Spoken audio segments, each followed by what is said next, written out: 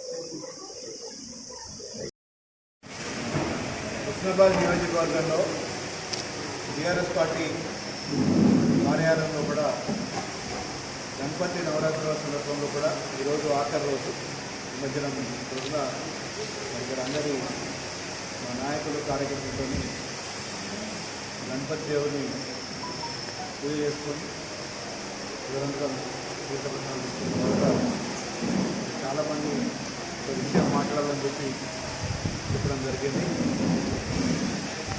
2014 నుంచి 2023 టీఆర్ఎస్ ప్రభుత్వంలో కూడా గౌరవ మాజీ ముఖ్యమంత్రి కేసీఆర్ గారి నాయకత్వంలో కూడా మన నియోజకవర్గం ప్రత్యేకంగా హుస్నాబాద్ నియోజకవర్గంలో కూడా అప్పుడున్న సాగు ప్రకారం 1,67,000 ఎకరాల సాగు మన నియోజకవర్గంలో కూడా మొత్తం ఏకదుర్తి కానీ బీర్గర్పల్లి, అక్కన్నపేట, ఓహెడ, చిగురుమామిడి, హుస్నాబాద్ కలుపుకొని సైదాపూర్ ఇవన్నీ కలుపుకొని చేసేది.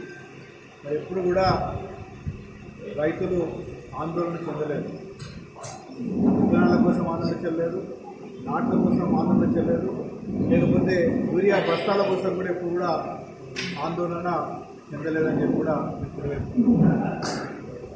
అయితే మరి ఇవాళ గత 5-6 రోజుల నుంచి ఇక్కడ చూస్తుంటే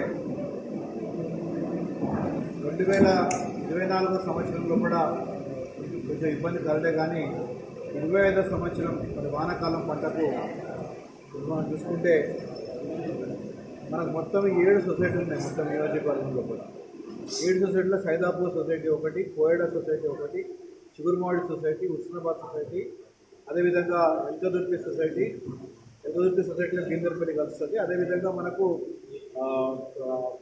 పట్కూరులో ఒక సొసైటీ ఉండడం జరిగింది. మరి ఏ సొసైటీ దగ్గర చూసినా కానీ రైతులు చాలా ఆవేదన చెందుతున్నారు. ఎందుకు రైతులు ఆవేదన చెందుతున్నారు? యూరియా వేసే సమయం వచ్చింది, సరైన సమయంలో కూడా యూరియా రాకపోతే దిగుబడి మంచిగా రాదు, పంట దిగుబడి మంచిగా ఉండదు, మాకు యూరియా కావాలని చెప్పి మరి రాత్రి పగలు కూడా మరి క్యూ కట్టి యూరియా ఎప్పుడు వస్తుందని చెప్పి కూడా ఆందోళన చేయడం జరుగుతుంది.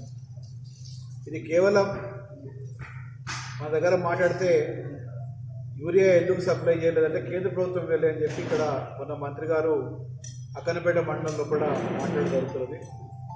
నేను ఇక్కడ ఎవరిని దోషి పట్టే అవసరం లేదు, కాకపోతే నేను ఒక మాట మాత్రం మాట్లాడాల్సింది. ఈరోజు రైతులల్లో ఇంత దిగ్భ్రాంతి ఎప్పుడు చూడలేము మేము. నాట్లేసిండ్రు, యూరియా బస్తాల కోసం తిరుగుడు, యూరియా బస్తాల కోసం అవస్థపడు అనేది మరి ఇప్పటివరకు కూడా తెలంగాణ రాష్ట్రం వచ్చినప్పటికీ కూడా ఎప్పుడు కూడా ఇంత పరిస్థితి రాలేదు. దాన్ని వెంటనే నిర్వర్తించి మరి ఇక్కడున్న మంత్రి గారు ఇక్కడున్న సొసైటీలో అందరికీ కూడా రైతులందరికీ కూడా యూరియా బస్తాలు అందించాలని చెప్పి మనం కోరడం జరుగుతుంది బీఆర్ఎస్ పక్షాన. ఒకవేళ అది సరైన సమయంలో ఇప్పుడు అందకపోతే ఇప్పుడున్న పరిస్థితుల్లో కూడా పొట్ట వచ్చే కార్యక్రమం పొట్ట వచ్చేటట్టు కనబడుతున్నది.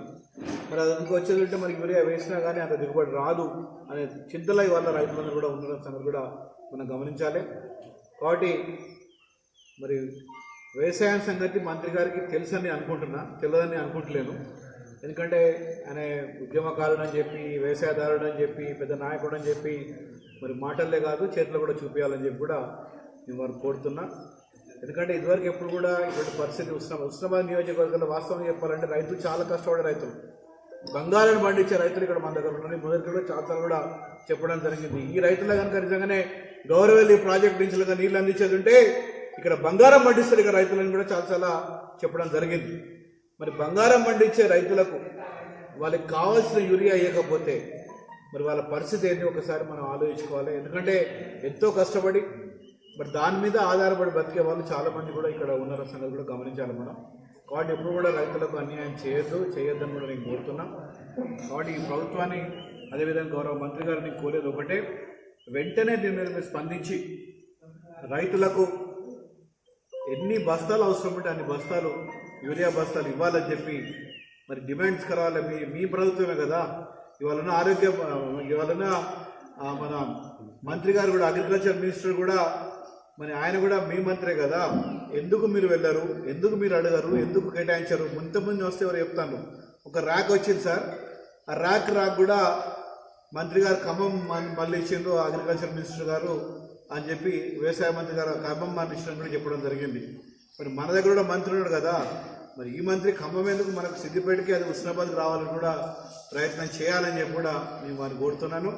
ఇవాళ నిన్న మొన్న 2-3 రోజుల నుంచి ఇవాళ కూడా నేను వచ్చేటప్పుడు కూడా రైతులు ఆందోళన చేసి మీరు కూడా రావాలంటే నేను అట్లా కాదు, ఇప్పుడు మంత్రి ఉన్నాడు తప్పకుండా మనకి పని చేసుకోని చెప్పి నమ్మకంగా వాళ్ళు చెప్పడం జరిగింది. మరి తప్పకుండా దీని గురించి దృష్టి సాధించాలని చెప్పి నేను కోరుతున్నాం. ఒకవేళ మీరు సాధించకపోతే మరి మేము చేయవలసిన పని చేయవలసి వస్తుందని కూడా మీకు హెచ్చరిస్తున్నామని తెలియజేస్తున్నాం. జై తెలంగాణ.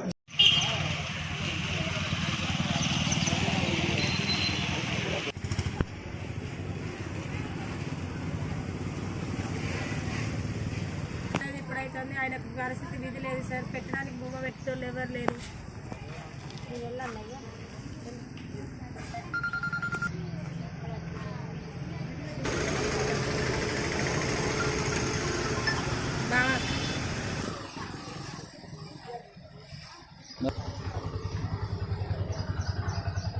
నాకు ఆయన ఫోన్ చేస్తాడు మోటార్ కాడికి బిజీ వేరే వాళ్ళు మాట్లాడుకుంటే ఫోటో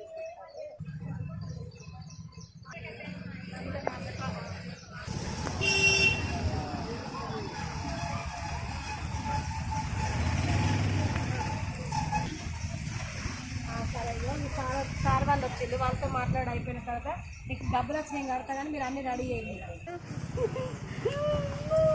దయచేసి అధికారులు ఇంకెవరైనా ఉంటే మా బాబాయ్ పరిస్థితి చూసి దిక్కులేని స్థితిలో రోడ్డు మీద పడుకుంటే మేము పట్టించుకుంటే మమ్మల్ని మాత్రం దారుణమైన మాటలు తిడుతున్నారు సార్.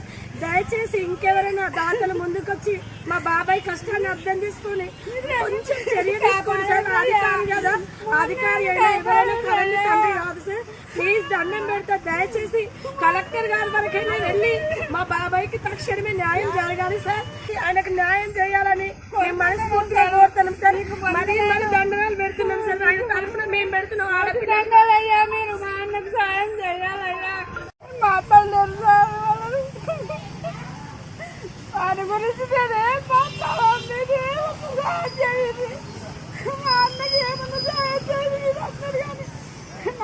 ఉన్నంత స్థానానికి ఎదగాలి, మంచి చదువు అయిపోయాలని చెప్పి నాకున్న పాస్తులు ఏమి లేకుండా 2 బిడ్డలు, కొడుకులు బిడ్డలు డాక్టర్ చేసిన. కొడుకు గవర్నమెంట్లో సిరిమాలో డాక్టర్ చేస్తాడు. నాకు అనుకోకుండా యాక్సిడెంట్ అయ్యి షుగర్ వస్తే ఆ 7 వేలు ఈ కాలు వేలు 5 వేలు ఈ కాలు 2-3 వేలు పోతే నా భార్య ఏమంటుంది అంటే నువ్వు ఇంట్లోకి రావద్దు, నీది ఏమి లేదు, నువ్వు ఎక్కడో బతుకో, బస్తాలు అడుకోని బతుకుపో, ఉత్సవ బస్తావు గరిమాల బస్తావు అడుకోపో అని నన్ను 6 నెలల నుంచి రాజహింస దోశ కొట్టుడు నా కాళ్ళు నడవరా శైలి ఆడుతున్నాయి. ఆనం గచ్చి కొడుతుంది, ఈనం గచ్చి కొడుతుంది, ఇష్టపడి కొట్టుడు. నెల జీతం చేద్దానికి వచ్చిన జీతం తీసుకుంటూ దగ్గర పెట్టుకుంటుంది. 10 రూపాయల ఛాయ్ వేయించరా, 10 రూపాయలు నాకు జేబులో ఒక 10 రూపాయలు పెట్టరా అంటే నీకు ఏమున్నదిరా ఇక్కడ, నీ ఎవరు పెడతారా, నీకు సంపాదన అంతా నాదేరా, నువ్వు ఎక్కడ చెప్పుకో ఏం చేసుకుంటూ చేసుకోపో, నీకు మా దగ్గర స్థానం లేదు అని చెప్పి కర్మాల బస్తాల్లో వేసిపోయారు. కర్మాల బస్తా నాకు రూపాయలు లేదే, ఏం చేయాలంటే ఒక ప్లాట్ఫామ్ ఎక్కడ పండుకొని ఇక నాకు తెలిసిన 50 రూపాయలు అడుగుతుంది. ఉస్మాబాద్కి వచ్చిన సంగీల రాజేష్ ఎడేస్తాడు శివమాడి ఇక నేను తీసుకోపోడటనా మన ఛానల్ని చూస్తున్న ప్రతి ఒక్కరూ సబ్స్క్రైబ్ చేసుకొని లైక్ చేసి షేర్ చేయడం మర్చిపోకండి.